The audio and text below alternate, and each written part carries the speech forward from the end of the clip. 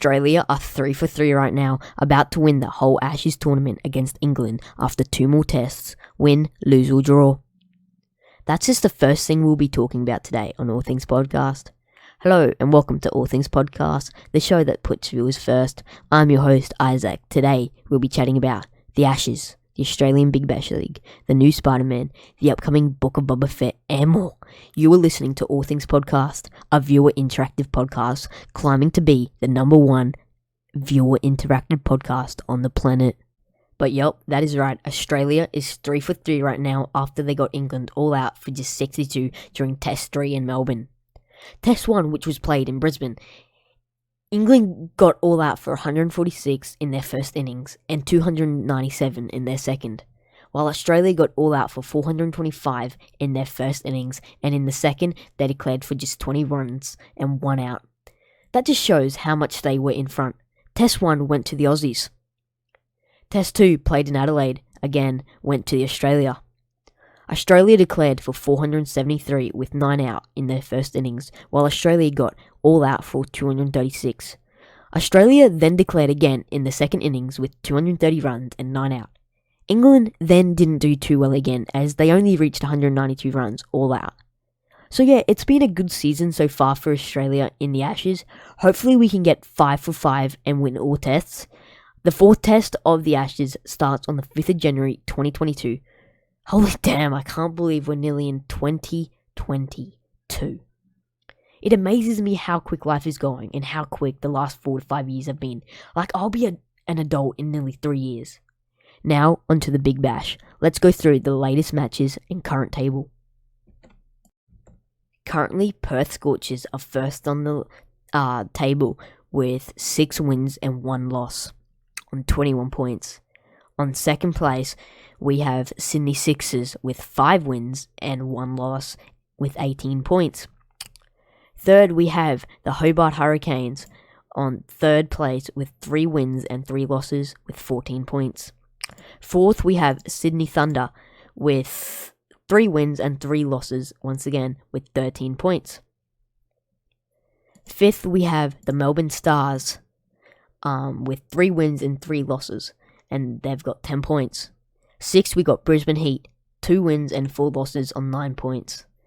Seventh, we got Adelaide Strikers with 1 win and 5 losses. Only 1 win and 5 losses on 7 points. And in last place, 8th, we've got the Melbourne Renegades on 4 losses and 1 win. They've only played 5 matches, while the Scorchers, who's first on the table, have played 7. Renegades, they've got 4 points. Beware. Spoiler alert. The next topic has spoilers for the Book of Boba Fett, The Mandalorian, Star Wars The Revenge of the Sith, and Star Wars Return of the Jedi. Click off now if you have not yet seen the films or the show. So, the Book of Boba Fett comes out tonight at around 5:30 PM Australian Eastern Standard Time.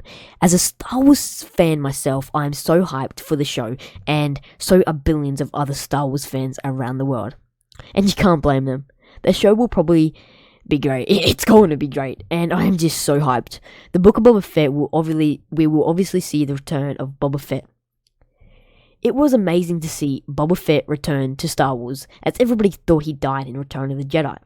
But it was revealed in The Mandalorian that he survived, and now that leads us to today, the Book of Boba Fett, which should tell us how he survived and what he has been doing all this time since Star Wars Return of the Jedi.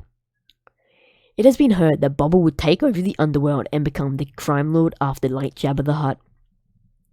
We see Boba Fett sitting on the underworld throne like Jabba did, indicating to us that he is the new boss of the underworld. The underworld is kinda like the black market of Star Wars, I guess you could say. I can't wait for the first episode to be released later today on Disney+. I'm so hyped, and it's going to be great. Now, a lot of people don't know this, but the actor of Boba Fett in the Book of Boba Fett and The Mandalorian is actually the same person who played Boba Fett's dad, Jango Fett, in the prequel trilogy of Star Wars. Now to some predictions of my own. I believe that the Book of Boba Fett Now to some predictions of my own. I believe that will happen in the Book of Boba Fett. First, I think that Luke and Grogu, aka the child or baby Yoda, could potentially show up at some point, whether it be at the end or in the middle of the series. Also Mando, real name Din Djarin, played by Pedro Pascal, could also appear as well. Even Ahsoka could return, who knows? And some speculation is that Han Solo could have a little cameo as rumored on the internet.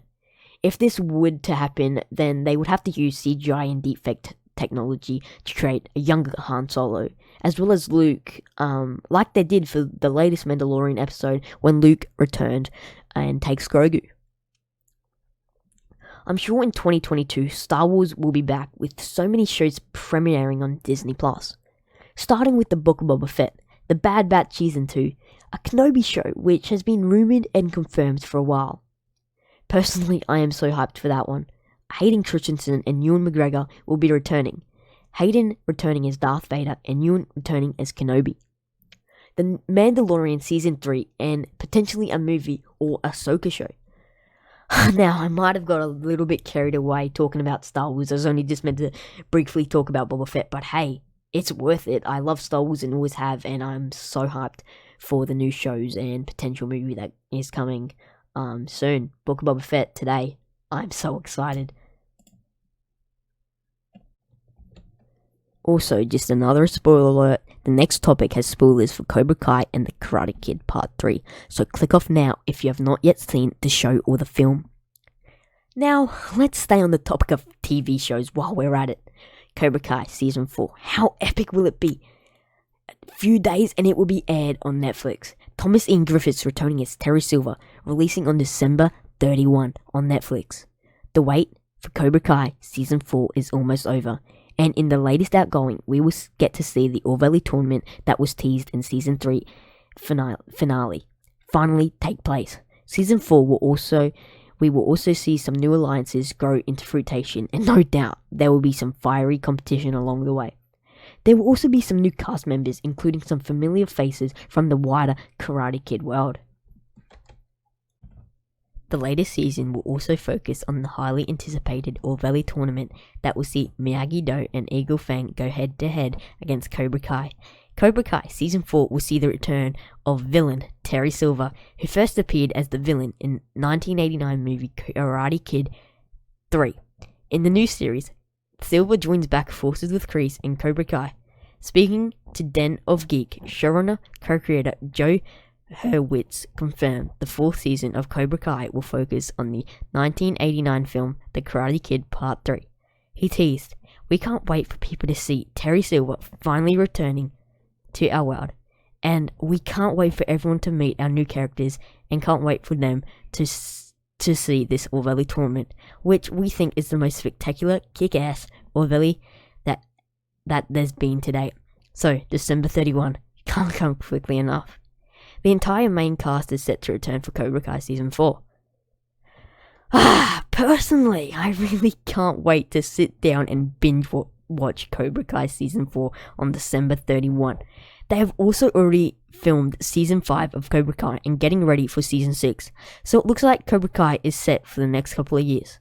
Also, some spin-off shows are a possibility for Cobra Kai, or The Karate Kid. It's going to be epic and cannot wait to see what spice Terry Silver will bring and who will win the 51st All Valley Karate Tournament.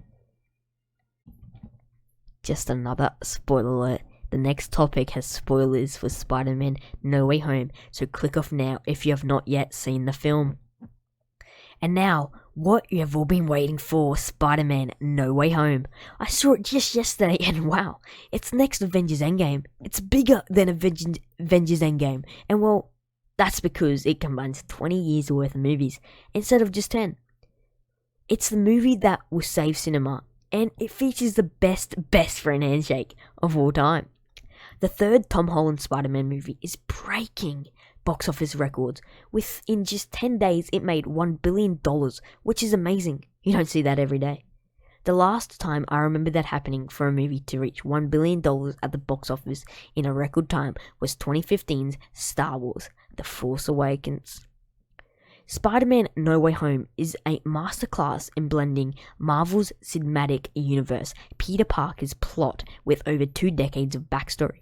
Green Goblin is extremely tense, and William Dafoe seemed to be having a blast being a monster. Getting rid of the ridiculous flight suit was such a great decision. The new design allows Dafoe to perform a lot more face acting and brings him closer to the awful comic versions of the character. Tobey Maguire and Andrew Garfield, Peter's entrance was perfectly timed, offering optimization to another hopeless situation. It was great to see Maguire again after 14 years, I must say, and I'm glad he and MJ stayed together. Garfield, on the other hand, reminds us that he's the most gifted character to portray the part, despite being trapped with a flop in The Amazing Spider-Man 2. Almost everything you've heard about online is in the movie, including the now iconic airborne fight, which gets its missing characters airbrushed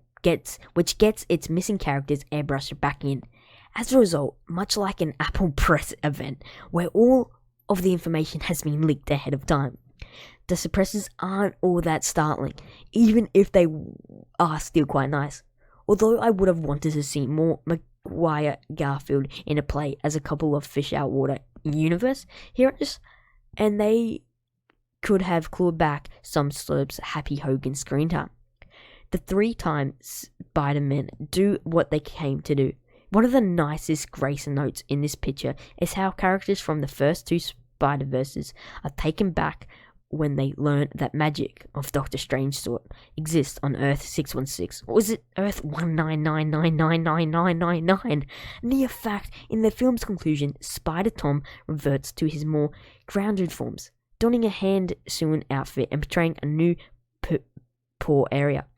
The best part in Charlie Cox's spot on Matt Murdock's cameo. Worst of all, they couldn't find a place for Nicholas Hammond, the 1970s TV Spider-Man. I've always thought Avengers Endgame is the best Marvel Cinematic Universe film, since it combines elements from over a decade of films to create an incredible and cohesive whole. Then there's No Way Home, which does it even better. It brings together the 3 separate universes that were never meant to be linked, and it just worked. It just worked. What I admire about No Way Home is how much redemption Andrew Garfield and Jamie Foxx received. These are 2 fantastic performers who were cast in a lousy sequel, but were granted a second chance, and I'm so happy that happened. Garfield offers all you expect from a great hero, but Fox establishes himself as the smoothest supervillain in Spider-Man has ever encountered. The highest compliment I can give No Way Home is that it's easily on par with Spider-Man Into the Spider-Verse, which many people consider to be the best Spider-Man film ever made, but I don't agree with that one. Yes, it's a good movie, but I don't agree it's the best Spider-Man movie ever made. And that basically wraps up with what I wanted to say about Spider-Man No Way Home. Long story short, if you fell asleep listening and just woke up, it's a great film.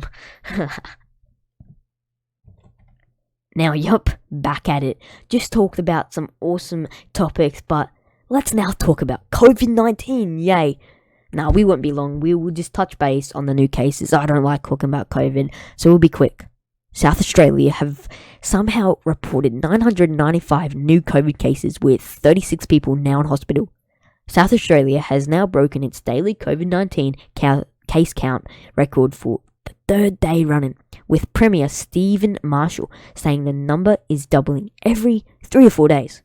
There are currently 4,889 active cases in South Australia, while the state's total since the start of the pandemic has climbed to 6,160, including 5,238 since border restrictions were relaxed on November 23 in South Australia. The new cases include 405 vaccinated and 92 unvaccinated, with the status of the remaining cases unknown. South Australia said 84 young children and 66 teenagers were also among the latest cases. It marks the 3rd consistent day in which South Australia has set a new record tally, and the 6th in the past 7 days. New South Wales has recorded another 6,062 COVID-19 cases and just one death. Hospitalizations have risen to 557, up from 521 in the previous recording period. There are now 60 patients in intensive care. The latest figures were taken from more than 93,581 tests in the 24 hours to 8 p.m. on Monday.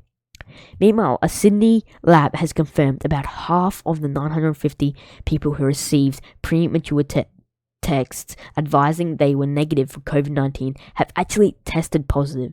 So, 361 people got a text saying they were negative when they actually tested positive, but they were negative and they said they were negative, so they've been in the community. Over 300 people. That's not good. That's how it bloody climbs and how it bloody travels.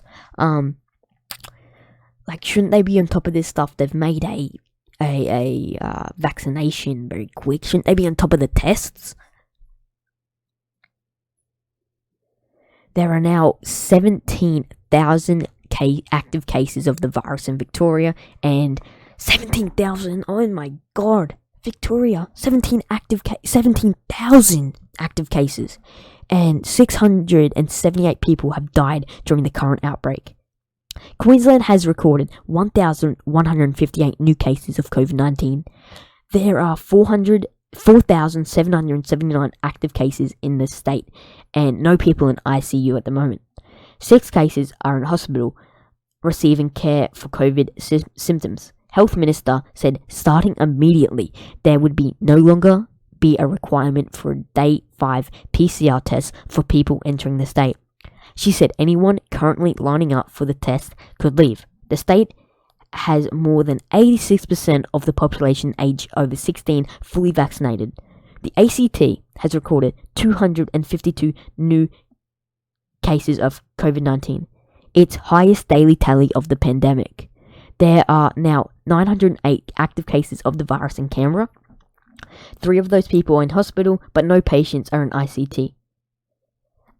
ACT please urge Canberra people to remain calm in long queues to get tested, saying they have been called to several incidents at testing faculties across Canberra that are taking officers away from other duties.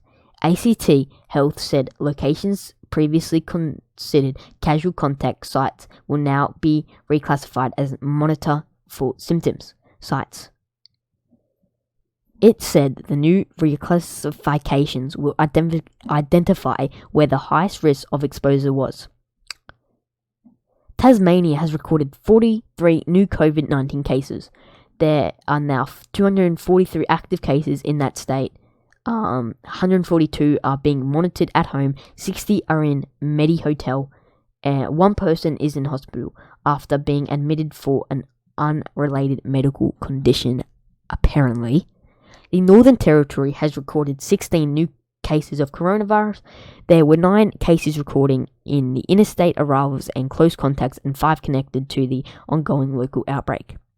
There are 20 people in hospital. 20 people, wow. In Northern Territory in hospital, including 1 in intensive care. That's not good. It comes as the first exposure site in Darwin since border restrictions lifted last Monday were published online overnight. Western Australia has luckily recorded no new locally acquired cases of COVID-19 for the first time since an outbreak in Perth prompted the reintroduction of restrictions. It means the number of infections related to the recent outbreak remains at 10, but 46 close contacts and 243 casual contacts are yet to be tested. Premier Mark McGowan said some people who attended an event at Mess Hall in Perth still need to go get tested. So it really looks like COVID-19 is making itself at home in Australia and is here to stay at the moment, and it's not good. God, I talked for like 6 minutes then. That is not what I expected. But anyway, it ain't good that COVID's here, and it's not good, but enough COVID. I really don't like talking about it. But, wow, what an episode. A much longer one, I would say, today. Felt longer than usual. But we talked about lots today and was fun. I cannot wait for the Book of Boba Fett coming out very soon today. And then Cobra Kai in a few days, 31st of December. Spider-Man, yesterday I saw it. It was so fun. But I hope you guys did enjoy this episode. This is All Things Podcast. I'm your host, Isaac. Have a great day or a great night, wherever you are.